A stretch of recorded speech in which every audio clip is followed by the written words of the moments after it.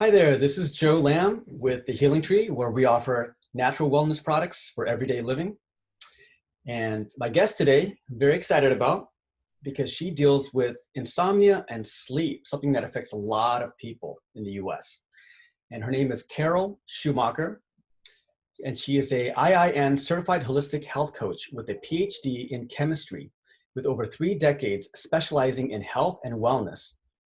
Now, Dr. Carol provides her clients with individualized solutions, guidance, and support for their health problems. Now, working in collaboration as a team, she helps clients modify their nutritional and lifestyle choices to improve and heal their issues, such as poor sleep, low energy, and chronic inflammation. Now, she's also been trained at the British Institute of Homeopathy in hypnotherapy, EFT, family constellation work, and soul memory discovery, a spiritual healing modality. So Dr. Carol, welcome. Thank you. I'm so grateful that I have the opportunity to have this conversation with you about sleep, which is one of the big issues my clients are facing, and particularly these days. So I appreciate the opportunity. Oh, you're very welcome. And yeah. I want to start off by asking you, for your certification, I've never heard of this before, but it's an IIN. What does that stand for? Integrative, let me see if I get it right. IIN, Integrative Institute of Nutrition. They do health coaching training. Basically, everybody can do this. And I decided to go through the training, which is a year. And really appreciated it. It has a very holistic approach. So it looks at everything. When you think of all the different aspects of life, it looks at nutrition, it looks at relationships, it looks at your spirituality, it looks at sleep. I couldn't bring up now the whole 12 of the wheel, but it basically covers everything. And so it integrates it. And what we are lacking these days very often when we go to see a doctor for a problem is that it's just a symptom fix for a particular problem. And then you're basically maybe sent off to a specialist for another symptom you have. And they are not cooperating with each other. They are not collaborating.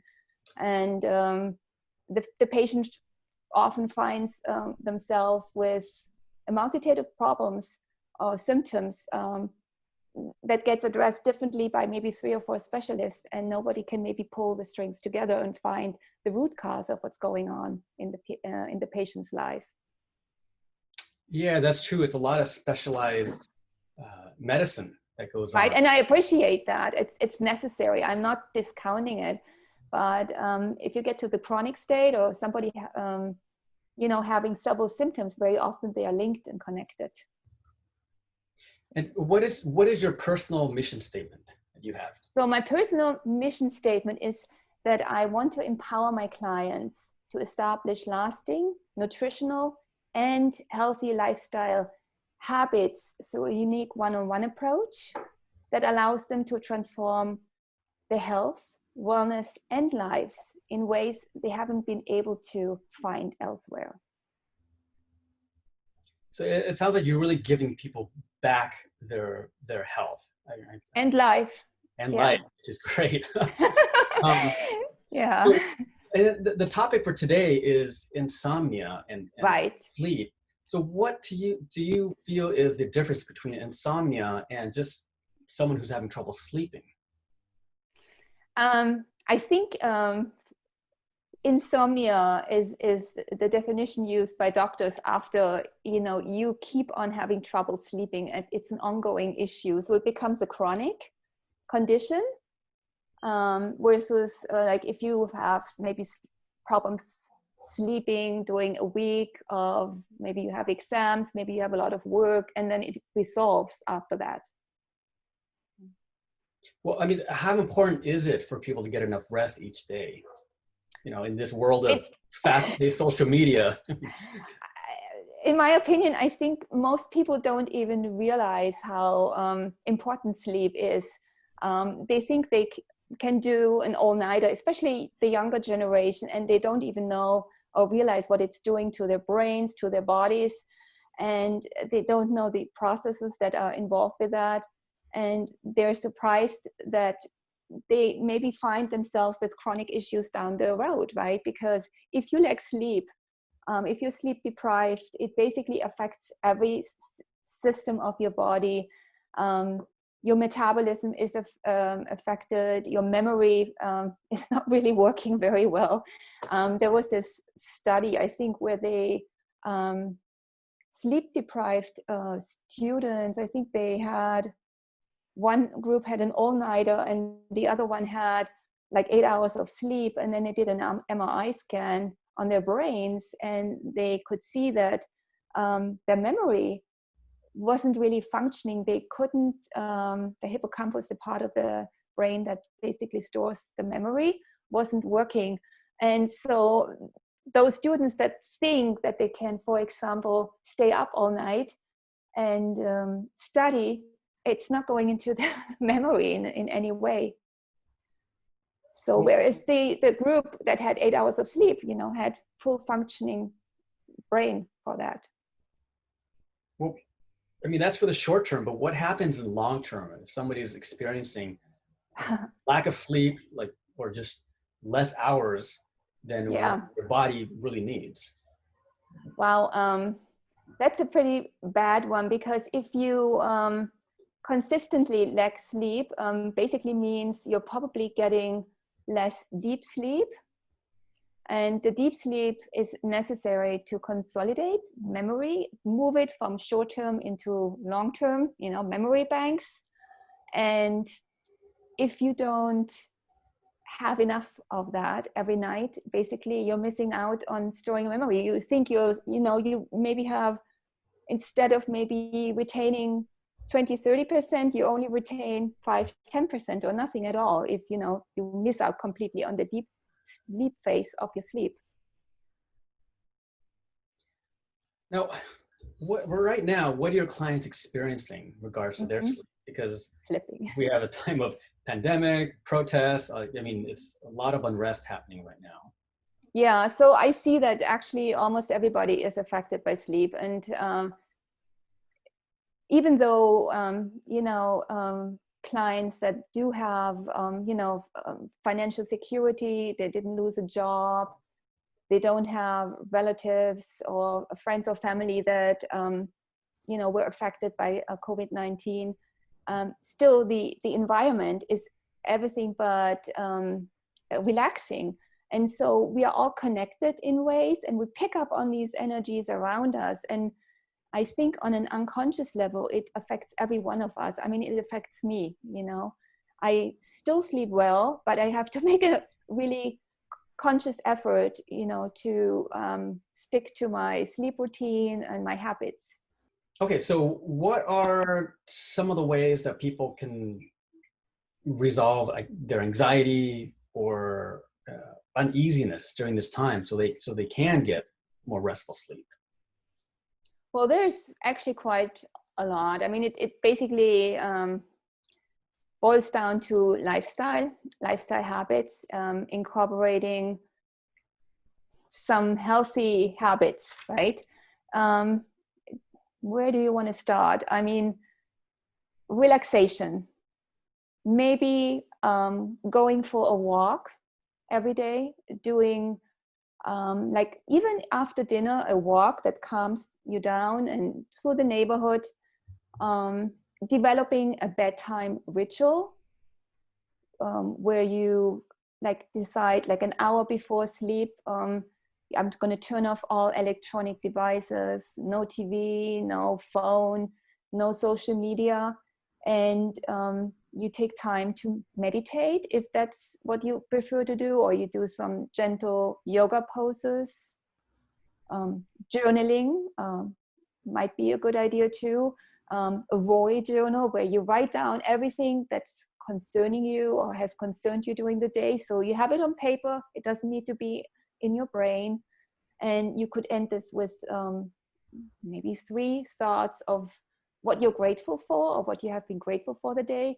And if there was nothing really nice happening, you could still resort to yourself and be grateful for, you know, being safe where you are right now in this moment.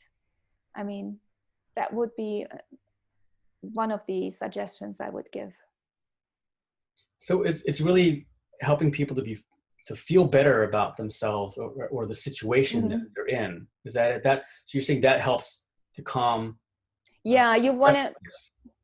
Yes, you want to get out of fight or flight, because that's what I see a lot of people in right now. Fight or flight. It's the sympathetic nervous system response, right, which basically gears us towards survival. We want to survive, and everything with what's going on with the riots, with COVID-19, the uncertainty of what's going to happen in the future. It's like we are in fight or flight mode. If we are not making a conscious effort to move this and shift this to the parasympathetic nervous system mode, which is more about relaxation, where you can digest and where you can rest and where you can make babies. Well, what are some other ways? Are there, you know, I've heard of like melatonin. I've taken that before. Right. Do you recommend sleeping pills, or No. do you recommend like the person deal with their mindset before they ever go into taking anything outside of themselves for help? No, I mean, mindset is one of the many things you can do. There's so many things you can actually do. I think the first thing I would also suggest, besides, like we talked about relaxation in connection with all the upheaval going on around us, but what you want to do is actually establish a regular bedtime routine. So meaning you go to bed at about the same time as you get up in the morning. And there's like little hacks you can do. For example, in the morning when you get up, get exposure to some bright light first thing. Get up at the same time, no matter if it's during the week or if it's the weekend, which is difficult for some people to understand, right? Because they think sleeping in is great and they're catching up on sleep. But there's really no such thing as catching up on sleep. So establishing a regular routine is, I think, the first thing. And that is important because it will reset your circadian rhythm. Like this little clock you have in your brain, which tells you when to sleep and not, right? We are kind of, how can I say, cyclical in a cycle. We live a rhythmic life, I have to say. So, and let's put it this way. So like that's when you travel to another country, like to Europe, you have jet lag because your inner clock is kind of upset. It's not working anymore. And the same happens actually, what you can call it a social jet lag, if you sleep in on the weekend and your body thinks you're in a different time zone almost, because you sleep until noon and it thinks, oh, you know, we're maybe further west. And then the next day you have trouble getting back to your regular routine. So going to bed at a good time, which for me is, I would say 9:30, 10:30, because our ancestors, they had this regular rhythm. They would go to bed when it got dark, and then they got up when the sun rose. And we are still basically tuned into that. Our body still functions like that. We haven't changed that much. Despite all the technology and the light exposure we have, you know, the possibility of switching on the light in the evening, we're still functioning on this rhythm. And it's especially important because during the night, all our bodies are rejuvenating, detoxification processes happen. And if we don't allow for that, we are actually messing up our bodies. So in that case, toxins would just build up and they're not releasing properly from the body then. Yeah, the liver can't do its job, right? It's busy what it's doing, what it would be doing during the day, right? It has to deal with what's coming in with digestive processes, possibly, you know, that brings us to not eating late in the evening, so your body can have the rest it needs to rejuvenate for the night, during the night. Well, I'd like to know what is your sleep schedule, or what is your day like from when you wake up? What time do you wake up, and Right. you're eating, you exercise, and then what time do you, like, how do you get ready for sleep, and what time? You said you sleep at Okay. 30, but I want to know the full routine that you have in a regular day. Okay, that's Our getting into it. Okay, like this morning, I think I woke up at 7, and I don't set an alarm because that's kind of it almost puts adrenaline into my body. I don't want this in the morning. So when you have a regular routine, actually you can count on waking up at pretty much the same time every day. Then, like I said, I get up and I have the luxury of being able to step outside. We have a little balcony and get some sunlight exposure. Then I sat down and meditated. And then after that, I also had my glass of water. And after that, I have breakfast. I might do some yoga poses in the morning just to, like, for 10 minutes to get my body moving. In the evening, that's the important part too. We try in our household to have early dinner, meaning no later than 7 is actually already late. So we try to stick to like around 6. And if, I feel I'm a little bit hungry, or maybe I didn't eat much, then I have a tiny little snack just before I go to bed, but it's really, really tiny. It may be maybe 4 or 5 cashews with maybe a small piece of, like, quarter of a banana, and that's about it. And I wind down in the evening by possibly meditating again, reading, talking with my partner, but not about serious things, because that's upsetting. And I found that this disrupts my sleep, because then I also wake up in the middle of the night. I have a cortisol spike and I wake up thinking about this particular problem I was talking about just right before I went to sleep. And we have blackout shades in our bedroom. We also try to keep it at a cool temperature. We don't have air conditioning on yet. My partner even has a cooling device in his bed, on his side of the bed. I don't use it on my side, so he can have a stable temperature during the night. And I use earplugs, so I'm not woken up, like if he would snore, or if there would be some noise, maybe by the cats we have. What else? If you have light coming in, you could use, like, I sometimes do this in the morning when there is a little bit light coming in through behind, put something black over my eyes. Yeah, that's about it.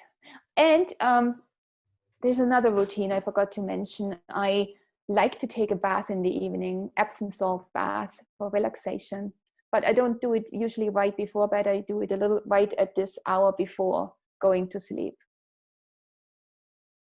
Yeah, it's true about the, what do you call it, the eye mask. Yeah, it's an eye mask. Yeah, Yeah, anytime I've used that, I found that my sleep is so much better. Isn't it? Even when I'm on an airplane, I can just knock out using that. Right. Yeah, I use it too, but in my bed I just use a black T-shirt because I move, right, and it's easier with the mask. If it's strapped, it kind of shifts.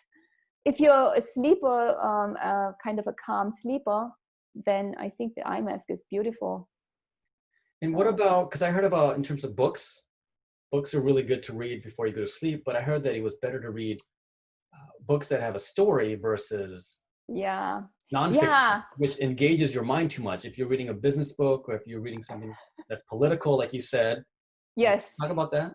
That's interesting. Yeah, I read different things actually about that. It's interesting. There was this one article I read. I mean, it's been a while, and they said, well, if you want to learn something, try to read about this right before you go to sleep, so it goes into your memory. But they forget to say, it can be something upsetting if you have to memorize something and then it wakes you up. I totally agree with you. It has to be something calming, relaxing, maybe a funny story, something that puts you in a light mood, some spiritual wisdom, you know, some quotes, some poetry, or something easy, I would say.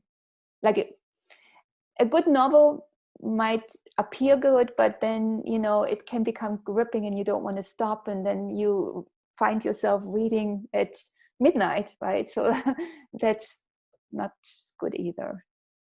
Yeah, but something light, reading something light. Yeah.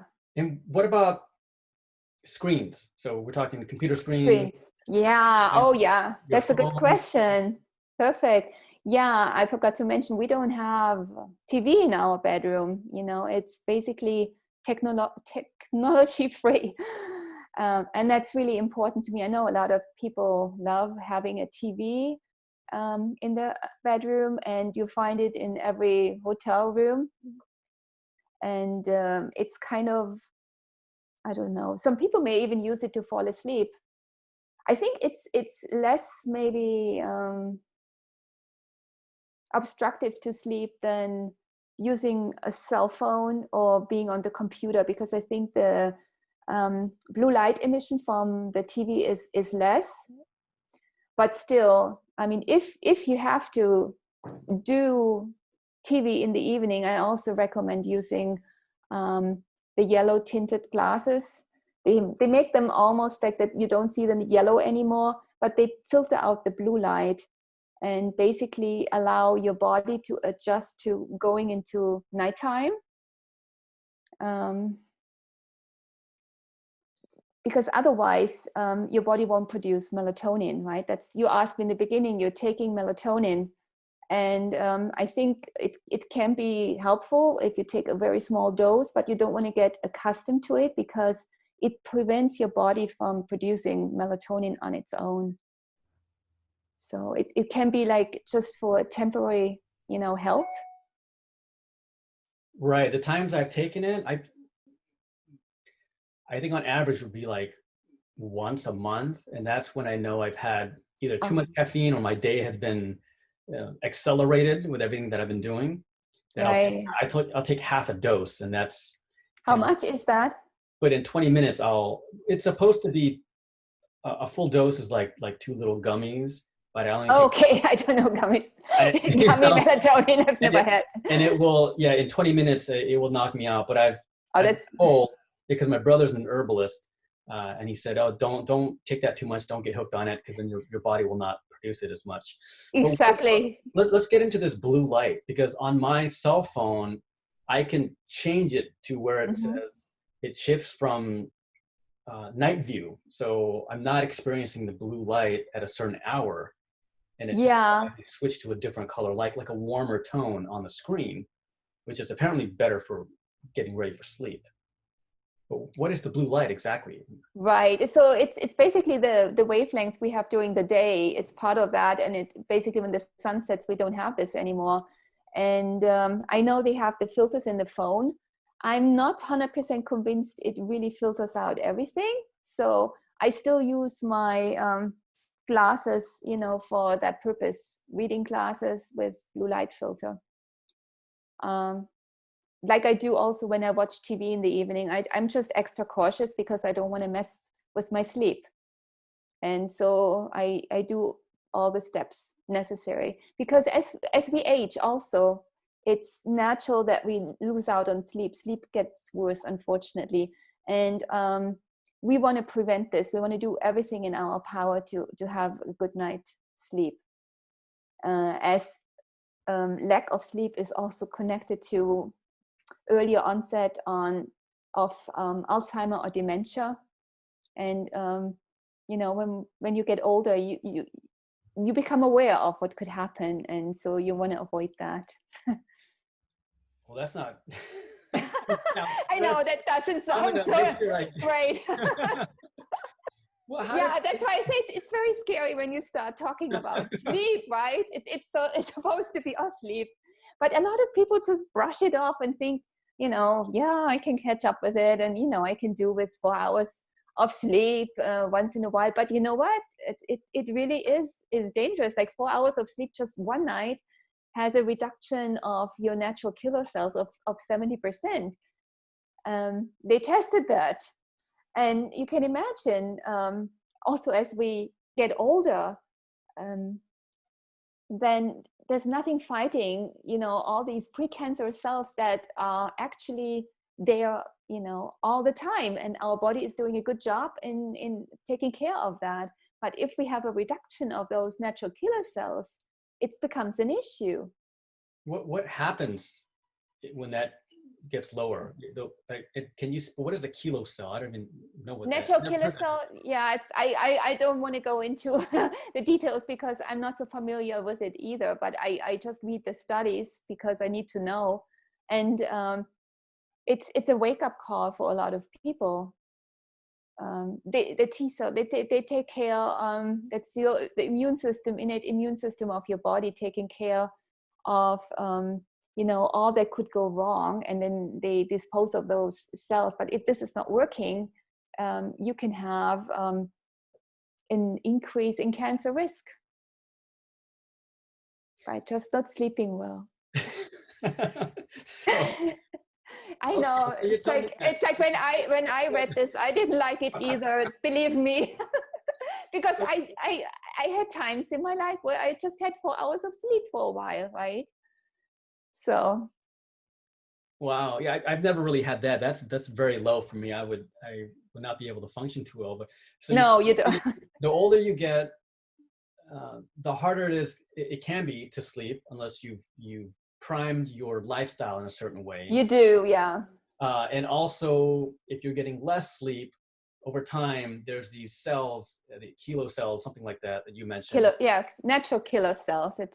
It sounds like killer cells to me. It is killer, natural killer cells, cells. Which lowers your defense system to fight off the risk. Cancer, but also in infections. And I think they have infections.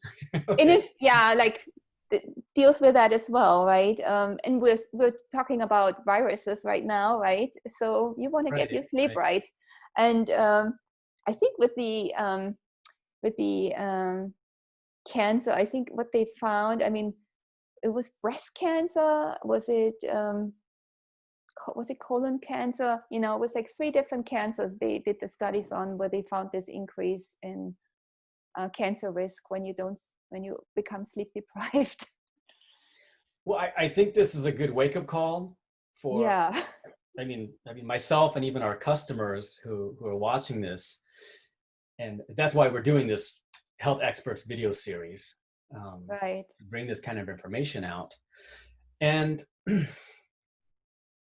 so what is a good amount of sleep for somebody? Because I've heard that some people, they can thrive on 5 hours or 6 hours. Some people need 8 hours. I've heard people need 10 hours. Is it different for everybody and for different cultures? Or is it because the person has just adjusted their lifestyle to that and they may be harming themselves without knowing it? I think if you go down to 5 hours, I think almost maybe there's a rare population, a very tiny minority that has like a genetic predisposition to be able to handle less sleep. But I think most people cannot do and function well with 5 hours of sleep long term without causing some really damage to their bodies. That's just my opinion from what I know and from what I learned and from what I see and hear. I would say 7 to 8 hours is the goal. I'm myself lucky with 7 hours, I'm fine. I do well. If I do less than 7 hours, I don't do well. The recommendation is 7 to 8 hours. The CDC actually found that people who have less than 7 hours of sleep, they have a higher percentage of obesity and chronic illness. There is a study on this. Sorry, I have something popped out on my computer screen. But what about people who are more night owls? Oh, like to sleep at midnight. I'll be honest. I sleep at midnight and I wake up at between 6 to 7, and I've switched it before where I'll go to sleep earlier, go to sleep at 10 o'clock. Right. Rarely have ever gone to sleep earlier than that. But if I'm sleeping at 10, I'm waking up at 5 then. Okay. But I do like, there's something that happens to me at nighttime where I do tend to get more creative as well. Right. I would So recommend someone who sleeps at midnight. yeah, I mean, it seems to be working well for you. There's not much I can say. If this is your creative hour, I mean, if you wanted to become more in sync, you would have to start shifting everything. You would have to get up at 5 probably in the morning and see that you get tired in the evening earlier, because there is something like what's called sleep pressure that builds up during the day. I think it's a molecule, I'm not quite sure, chemical adenosine that's released, and so you get tired in the evening. But I think you can only shift it by maybe getting up at 5 if that's what you desire, and then just see if you can do better with going to sleep earlier. But maybe that suits you well, because I can see creative people sometimes do better in the evening hours, late evening hours, and just because everything calms down around them, right? So it's there's maybe more focus on what they want to do.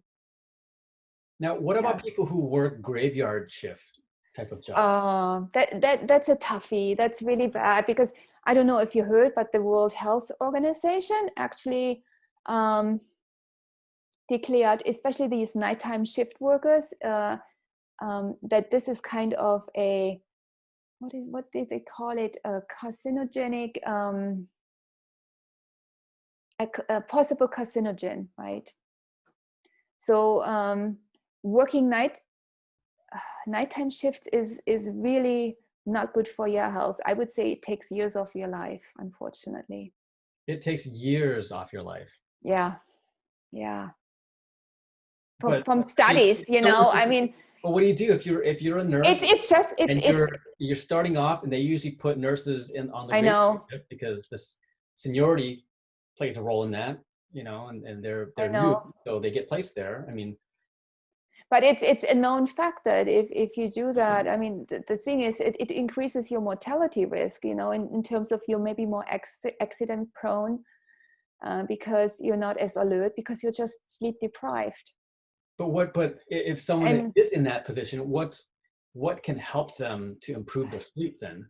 They don't have much of a choice because that's the career they yeah, chose they don't have much of a until choice. they can, yeah, I until think they they have just enough have, years built up and they can change their schedule. I think they maybe have to just switch the whole rhythm to this type of, you know, nighttime, daytime. I haven't really thought about how to fix that, but I would say, let me think.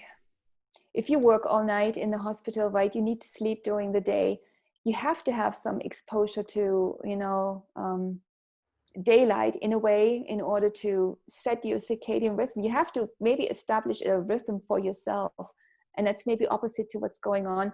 Otherwise, it's switching back and forth and switch between different rhythm. I think they get off for a few days and then they go back into a normal rhythm, right? Sort of, or try to, but it usually doesn't quite work.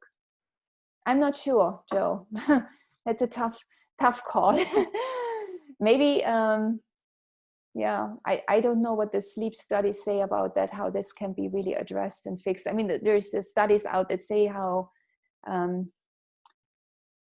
it's hindering your health and everything, but how to fix this problem, that's a really tough call. I've heard of something called sleep trackers. What is that all about? Oh, yeah, it's like I think Apple Watch has it incorporated, in even Garmin has a big watch where you can track your sleep. Fitbit, I wear a Fitbit actually. So I think that's a very, very helpful device, especially when you want to find out what's causing maybe restless sleep one night, or how you can improve your sleep. It basically gives you data for deep sleep, REM sleep, and light sleep, and awake time. I mean, these four parameters. And each individual one may not be, it may not be as good as if you would go to a sleep lab, but from what I hear, it's quite sufficient for you to use. I mean, it gives you a really good idea where you're at. And it can also tell you whatever you're doing in terms of measures you're taking, if it's working or not. You know, you can tell, oh, today I'm feeling great. Yes, I had more deep sleep than the night before. And what did I do different?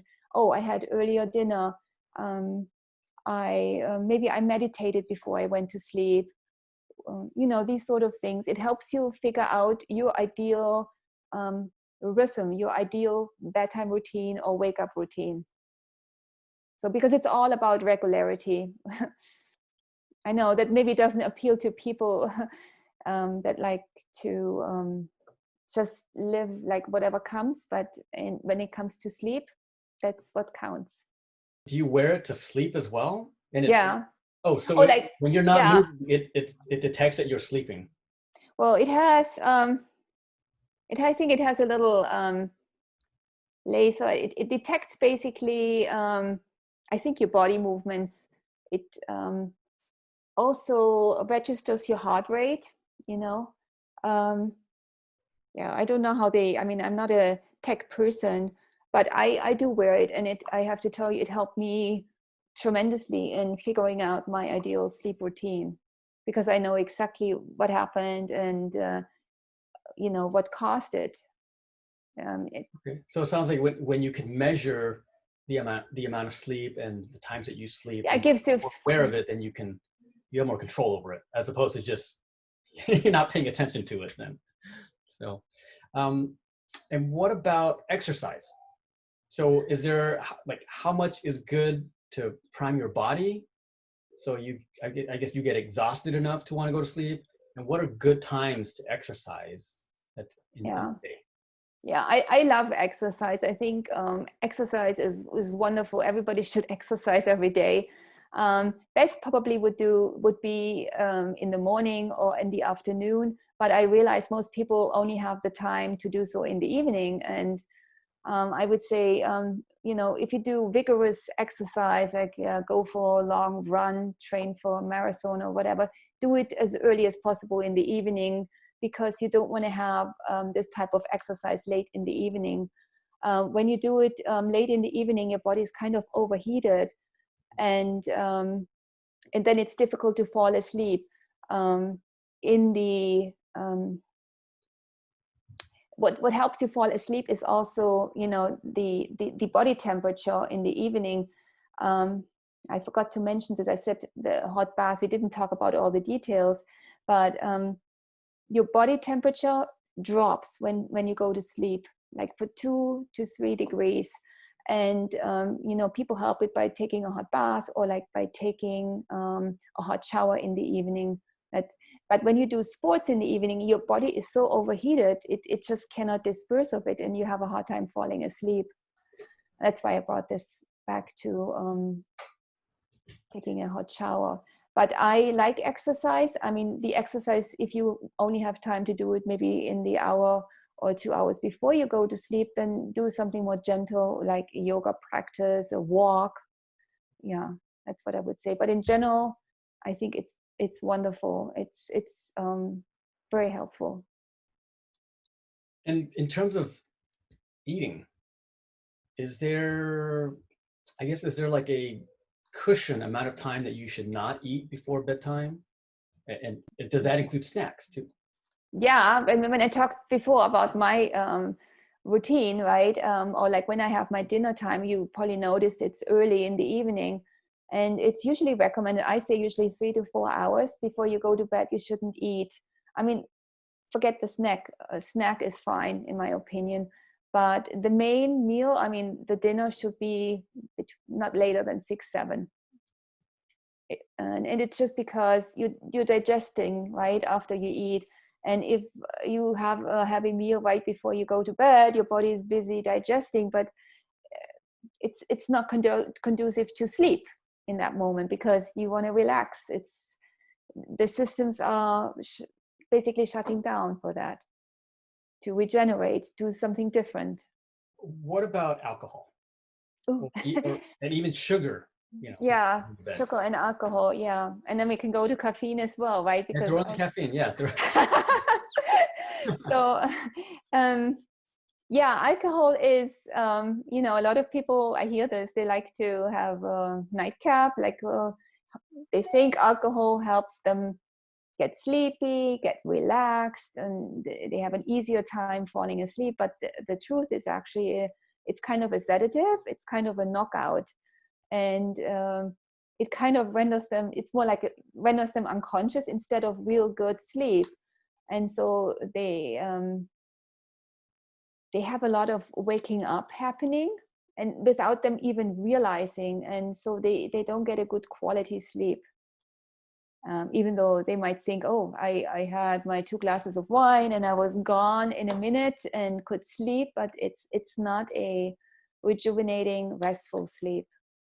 I see, because it's something that knocks you out, but it's not in a natural way that it knocks you It's out. not in a natural way. It's basically like when we talk sleep aids. I mean, I would not recommend it. I mean, I've resorted to it too in times of bad events, or like for jet lag, but it's generally really not recommended because it's the same thing. It's a sedative. It disrupts your sleep cycles. You cannot cycle through deep sleep and REM sleep and light sleep as if you wouldn't take that.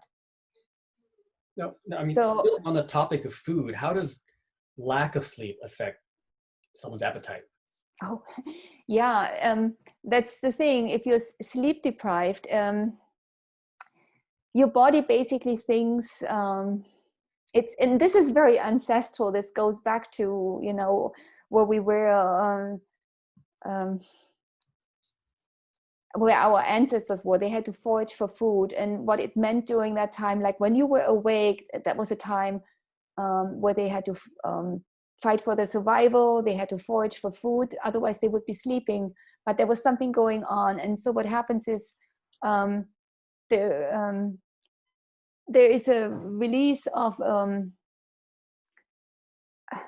how can I say? There is a hormone that gets released and stimulates the hunger hormone called ghrelin to be released. And ghrelin basically increases your appetite. So because you're foraging for food, you have to feed your body, you have to stay active, right? So you're not going to sleep. And at the same time, the other hormone, lectin, is suppressed. Lectin is the one that usually tells your body, okay, I'm done, I'm satisfied now, I don't need to eat anymore. And then you have these two double whammies. You have more hunger, you eat more, and you can't stop eating. And then on the other hand, you're sleep deprived, and you lack motivation to even do anything, right? I mean, you want to actually just go to bed, but you know, you don't want to think about maybe even doing any exercise. And this then leads to, if this continues, leads to insulin resistance and pre-diabetes and weight gain and the whole thing.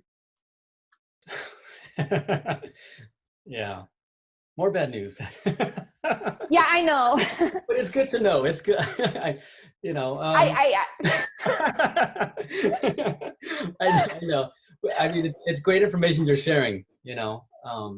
Yeah, But it's, and it's people something to don't be think aware about of. it, right? Being sleep Yeah, deprived it's not, also. I don't think these things are not in my mind, you know, but it's good to be aware of Yeah, to you get there's prevent it, you know, from yeah. happening to, I mean, yeah, I mean, so, but what about caffeine? Let's get into coffee and tea, you know, Okay, caffeine and tea. like Yeah. how should people, and how do people even know if that's affecting their Mm. sleep schedule, and Yeah. drinking those beverages? Yeah, I heard just recently that even people who think they sleep great when they have their coffee, even if they just have it in the morning, I read somewhere that there is still, I think it's a 10-12% decrease in sleep, in deep sleep, you know, and deep sleep is the sleep you need in order to consolidate your memory, remember? So Yeah, I don't do caffeine for that reason, because there's people who are more sensitive and people who are less sensitive. But even the people who are less sensitive or think they are not affected, there's still a measurable effect on how their sleep is compromised because of that caffeine in their system. And it has to do with the fact that caffeine has a half time of 6 hours. And then I think it gets down to a quarter time after 12 hours. So if you have at whatever 9 a.m., you think it's bright and early morning, you have a cup of coffee, right? Regular coffee, I mean, with caffeine. I don't remember how much caffeine is in there. Maybe 4. Do you happen to know, Joe? I don't. I 4? can't drink coffee. Yeah. It almost like paralyzes me for 3 days, and I'll be bedridden up until noon each day. So coffee has Yes. a strange effect on me. Same with alcohol, so I can't drink either of those. I can drink tea, so I can talk about that, but Right. So probably it could be 40, or maybe mistaken. But anyway, by the time you go to sleep, you still have um, like a certain amount of caffeine in your system. And for sensitive people, that's enough, right? It's still in the system. Yeah, I'm like you. I can't tolerate caffeine. And for years, I actually drank green tea, thinking that would be good and I could tolerate it. But since I stopped even drinking that, my sleep has improved. So I'm I'm back to just natural tea, rooibos, or something without caffeine, herbal tea. But of course, I know there's so many people out here um, liking their coffee. I mean, you just have to make the best out of it. Leave it to early morning, I would say. Maybe use decaffeinated. I mean, if you're experiencing sleep problems, right? So right. If there's no problem, then they can continue eating. yeah, and just You know what I deal mean? with the 10%, right? But what about people that have more than one cup of coffee? 2, 3, like 5 cups of coffee. Is there something to be said where if they're drinking that much to get them energized in the morning, that they're not sleeping enough at night? Yeah, I would say so. Because you're exhausting your adrenals. So if you're doing that, if you drink caffeine, it's similar to having adrenaline released in your system in a way. And if this is a constant, right, if you have to do this, your body is naturally not functioning. Well, I cannot tell what's wrong, because everybody is an individual. But I would say if you need that much coffee in order to get going, it's probably time to look at your lifestyle choices and what else is going on in your life, and what you're eating. And I don't think it's healthy. Well, Because your you're- adrenals, at some point, you will maybe reach a state of complete exhaustion, and you don't know where it's coming from. so how do adrenals help the body exactly? The adrenals, basically, that's the ones where the cortisol is produced, right? And so it's this thing that basically jumpstarts your day. You have cortisol is rising, and that what wakes you up in the morning and gets you going. But if that's not happening, it doesn't seem to be happening for those people who need a lot of caffeine. Then the whole cycle is off. And I know if you overstimulate the adrenals, and maybe they've been overworked, maybe you stayed up too late, you didn't sleep enough hours, at some point you reach a point where your body is exhausted, and it causes hormonal imbalances. I can't give you the details because, like I said, it's different with everybody, but it has a profound effect on your body. Well, let's talk about sex and sleep now. I Sex mean, and how sleep. is sleep Better. how does that affect the hormones in Oh, the body? yeah, it does have a profound effect too, especially if you're thinking maybe about wanting to also conceive a child. But for maybe different for men than women. But I heard that men that sleep less than 5 hours, they have a lower testosterone level. And also, I think the size of the testicles shrinks, something like this. I don't know the details of the study, but that's in the back of my mind. And for women, I think when you are sleep deprived, right, you don't have so much desire to actually have sex, right? Because you're tired. I mean, the body when is not in the position to make babies. I mean, that is what, you know, having sex is about, lovemaking. It's from an instinctual, from a, you know, ancestral viewpoint, it's not the time to make babies. Well, I don't know. I mean, so, yeah, yeah. personally, when No, I'm sleep deprived, you know, I'm not so interested in that. because you're exhausted, I'm essentially. exhausted, you know. The only thing I want to do is sleep. I don't know what it is for you, but I can imagine similar. So it affects the sperm count then as well. I mean, Oh yeah, obviously. I think so. So you have a harder time conceiving, like if there's couples that maybe want to conceive a child, or like a woman who wants to get pregnant, right?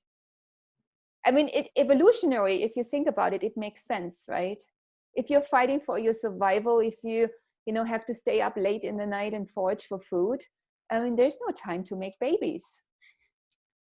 That's not the time, right? Because you don't have anything to offer. It's not a relaxed phase in this life. So you I mean, feel are so. there? I mean, let's say there's a couple and they're a family and they have a newborn and they're Yeah, exhausted all the time because they're both waking up, the baby's crying, and it can affect their intimacy it because they're can, both and it does. exhausted. And so, what do you tell a couple, a family in that case? Yeah, that's a tough question. I mean, with a newborn, of course, you have to take care of your baby, and I did this myself too. When you nurse, right, you're up every 2-3 hours, and I think the sooner you can prolong the time in between feedings for the baby, the better for you, the parent, and the more you will be able to find your sleep again. I think taking turns will probably help, but I think in terms of intimacy will suffer in those first months. There's not much, no way around it. I mean, you can, like I said, you can work in certain things, like also not having the baby sleep right with you, but having it maybe in an area where your sleep is not as disrupted, but also, you know, like I said, you have to work with the baby. A newborn obviously needs the round-the-clock care, and you have to deal with that.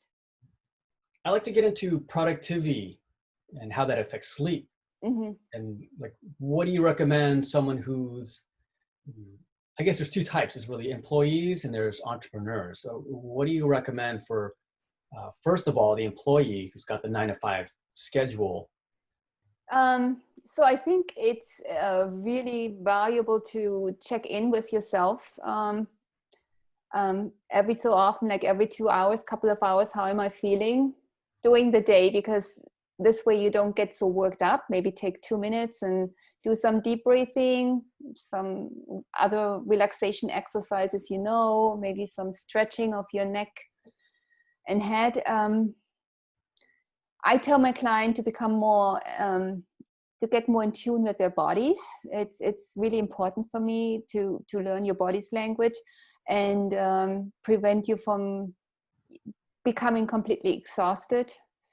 And also becoming aware of, you know, what your regular rhythm is in terms of what you need to do in the morning and what you need to do in the evening. It's hard to say. I mean, what you want me to talk about in terms of employees, what they can do during the day in order to guarantee better sleep in the evening. I guess because they're more on a fixed schedule, which is Right. different than an entrepreneur. So Exactly. Yeah. So for I would say I would try to avoid the alarm clock in the morning, because it kind of you know, some people also like to hit the snooze button, and I'm not a friend of this, because it's like, oh, I have to get up, and it's releases adrenaline you don't really need. It's unnecessary in the morning. So if you find out the ideal bedtime for yourself, so you wake up normally like at 7 and you don't have to haste in order to get ready, it's the best. And since you have a regular schedule already, keep that schedule also for the weekend. Like we talked at the beginning, keep a regular daily schedule of bedtime and get up time, so to speak. But if somebody has to be at work at a certain time, Right. 8 o'clock, 9 o'clock, and they're not using an alarm, how does that work if they oversleep then? And there's nothing to wake them up? Well, if they're of course sleep deprived, or if they go to bed late, then they oversleep. But I never oversleep, but they have to check for themselves. I don't want to have anybody risk their jobs by accidentally sleeping in. So set your alarm, but maybe you can work with your body towards a schedule that allows you to wake up by yourself without the alarm going on. It sounds I promise it will happen. If you keep a regular schedule, your body will wake up. I never worry about oversleeping, because I know my time. I know when I will wake up, and I wake up and I'm awake. But you can of course not expect to wake up at the normal time if you during the week then decide, okay, I'm going to watch TV till midnight, and then you have to probably set the alarm, and then you're back to a disrupted sleep pattern. So it's sounds really like up to sleep earlier to get enough rest so that your body will wake up, in terms of like, I've had sleep, I'm just going to wake up now without an alarm clock. Right. I would say just go to bed earlier, and it will tell you how much sleep you actually need. I mean, you can test it during the weekend, right? But of course, please use an alarm clock.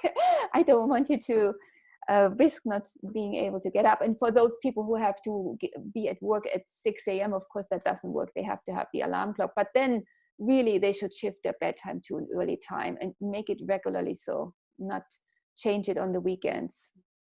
And what would you say to entrepreneurs who are, work a lot more, tend to work a lot more than 40 hours a week? Could be 50, right. 60, sometimes 80.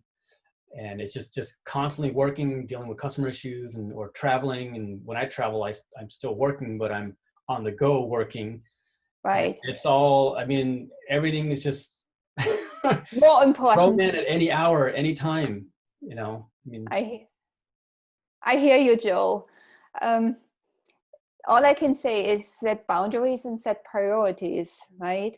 I think, a lot of people can handle what you just talked about for a while and do well with it. But then there comes a time when these things don't work so much anymore, and your creativity is not as good anymore, and you're not so enthusiastic anymore. And it brings it down to sleep and setting boundaries for yourself, basically. Set healthy boundaries so you get your relaxation in and you get your sleep in, and establish a schedule that works for you. Like I said, you can decide to go to bed at midnight, but then shift everything accordingly in a way, if there is no other option, right?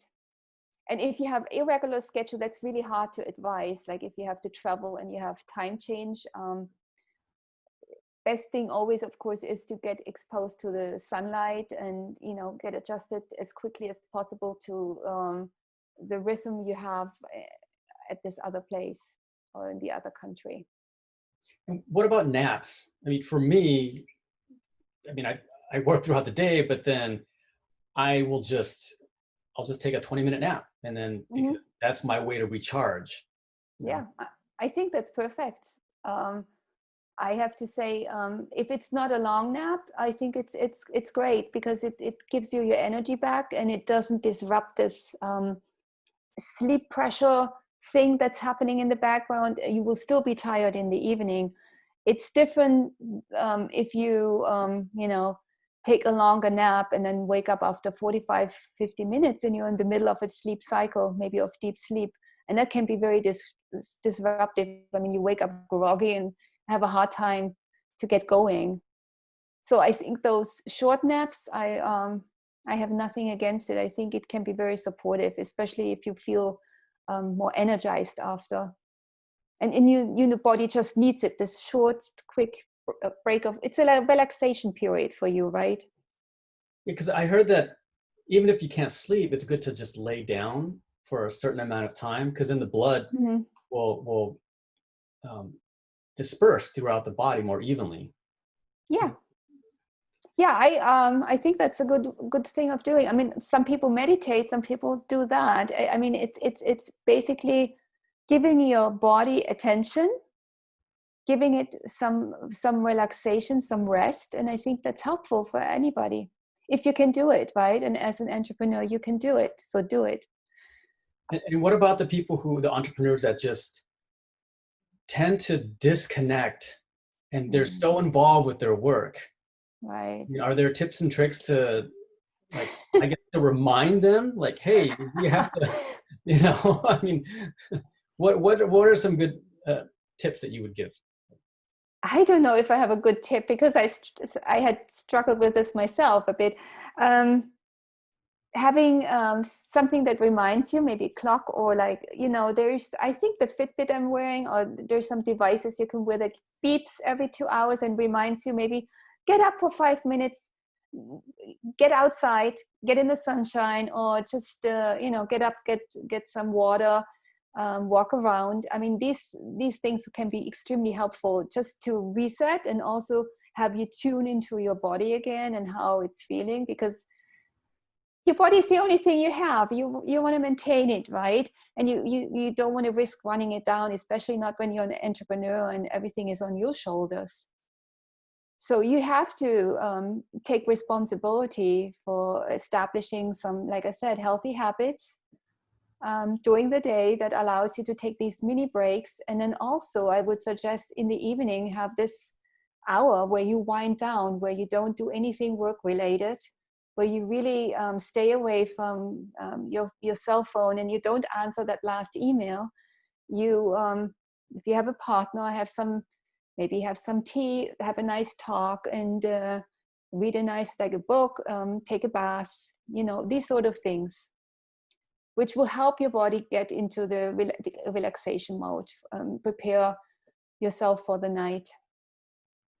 Well, can you talk about how when someone is pushing themselves too much without a break, how does that affect the quality of work Oh, and their I productivity? mean, the productivity, I would say it affects it, because as you know, I mean, I don't know the specific statistics for productivity. I can't tell you. I mean, I just know productivity goes down, and with all what we talked about, it makes sense. But you know that sleep deprivation,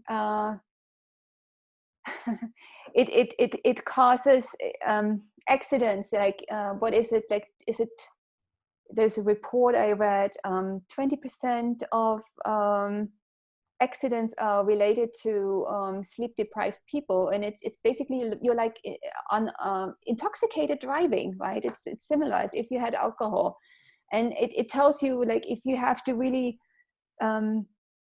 run your business, you're not on full alert. It's like, if you were in the kitchen and would cook, you probably would forget to turn off the stove in such a situation. And when you're running your business, you forget things. It just goes by you. You're not as productive.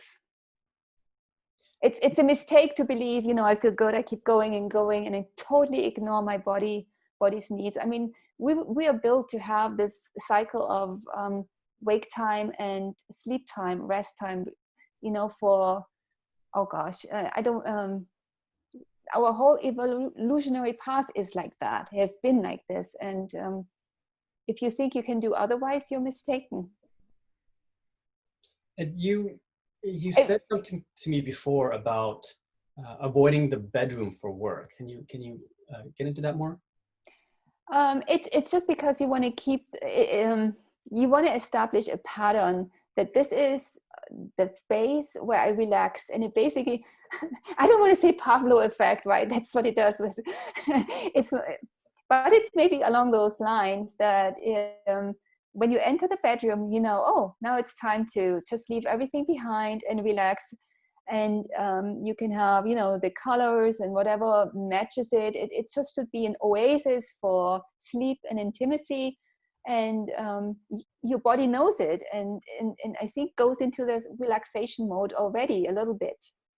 More than if you would have your desk in the corner, or like you're in bed and you see your desk in the corner with a computer on it. I think it can be very stressful.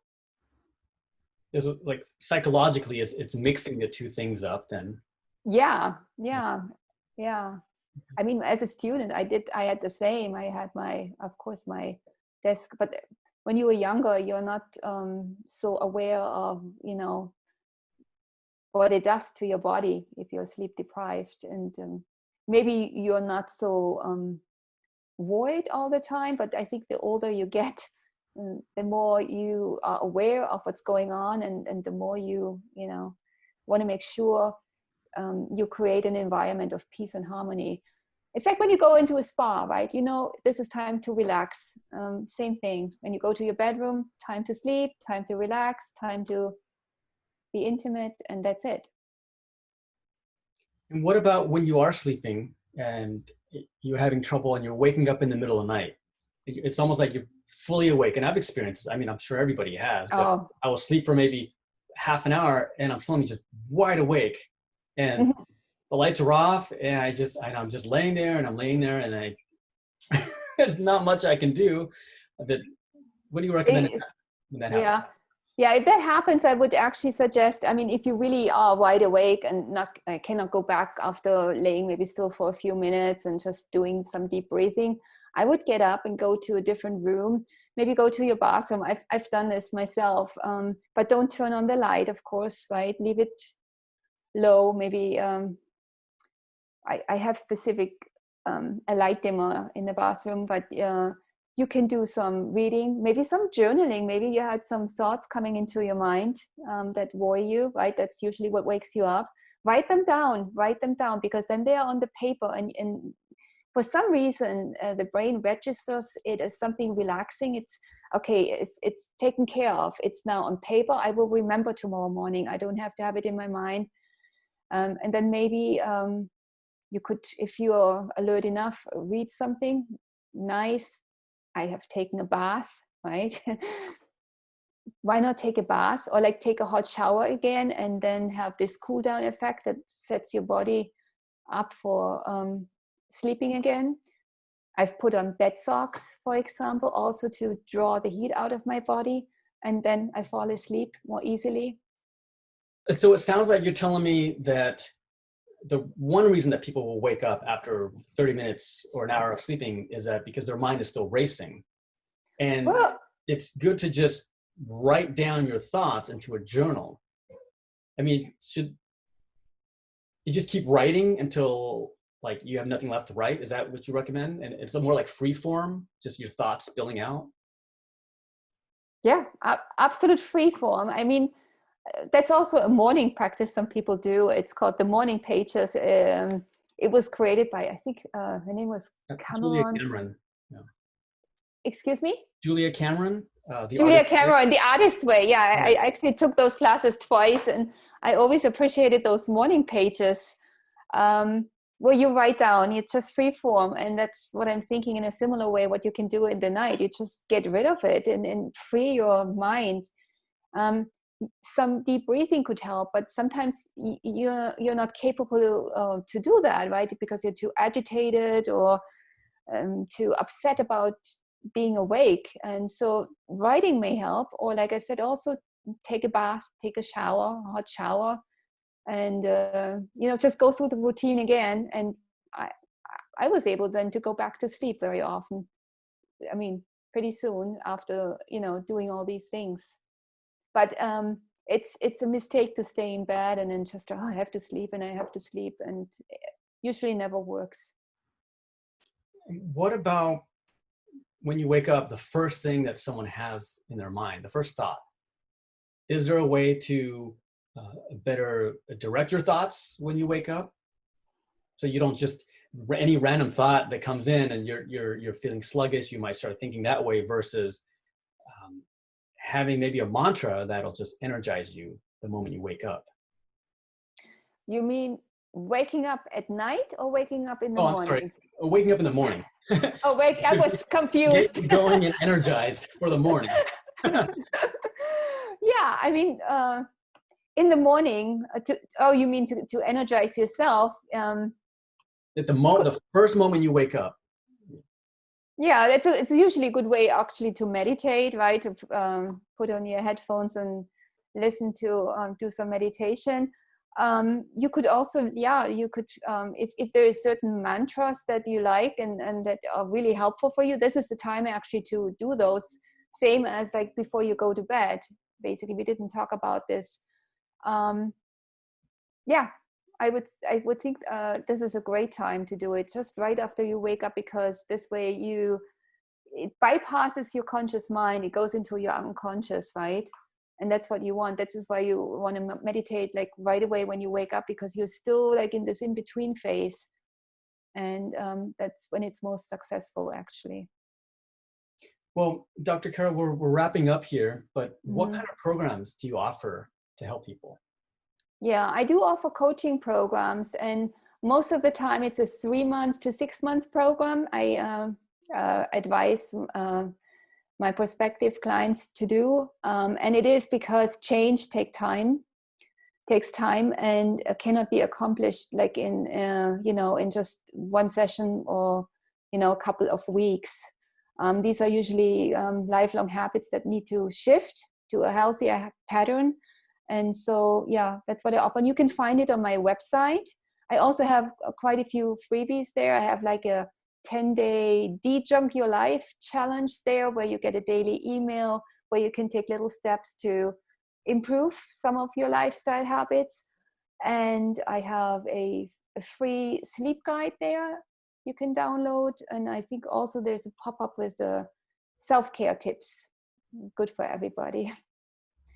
And then what kind of changes can people expect? I mean, and I'm guessing it's in all areas of their life, right? Yeah. So And social, work, relationships. yeah, it affects every aspect of your life, because I'm not just looking at the nutritional aspects or like this one aspect. It usually, after like a couple or 3 sessions, you find out, oh, there's something that's hindering that, and so we have to take a look at this and tweak that towards a better approach. But I can say it depends, also on how motivated you are and how willing you are to incorporate those changes. I've had clients that like a little step was almost too much for them just to change that. And then others that are so motivated, they just go for it. And of course, those are the ones that can see changes faster and more drastically. So usually it's overall energy. If I talk energy wise, you have more energy, like sleep. We just talked about it. You sleep better. Your overall your happiness increases because everything is working better, right? So Well, and then how can people reach you and download some of these free gifts that you're talking about? okay, so my website is drcarolschumacher.com. I would have to spell that, I guess. It's drcarolschumacher.com. And then you can also follow me on my Instagram. I'm active there. And that's the same name, I think. It's under the same name. And I'm on Facebook. You can find me on Facebook too. I have a same postings there from Instagram. And for our customers, we'll have the links to those websites in the description of our videos as well. So. Right. So also I wanted to say that whoever is interested, I offer 30-minute free consultations where we can figure out if I would be of help to you and if we would be a good fit working together. And the sign up for that you can find on Instagram, but also on my website. It's through Calendly, and you can just book it there. Well, Dr. Carol, thank you so much. I mean, I've learned a lot actually, and I'm going to incorporate what you've taught me Oh, just and to improve my sleep and have a better and deeper sleep and avoid some of the things that you were talking about, like cancer and diabetes and dementia. So, I'm definitely taking this seriously, and I am going to incorporate. And I hope that whoever's watching and listening to this, I hope you do the same, because sleep is very important to your health and your lifestyle. So, Dr. Carol, any last words? no, I just want to thank you so much. It was a lovely, entertaining conversation we had about sleep, and I really appreciate you having me here. Thank you. Oh, you're very welcome. Thank you. Okay.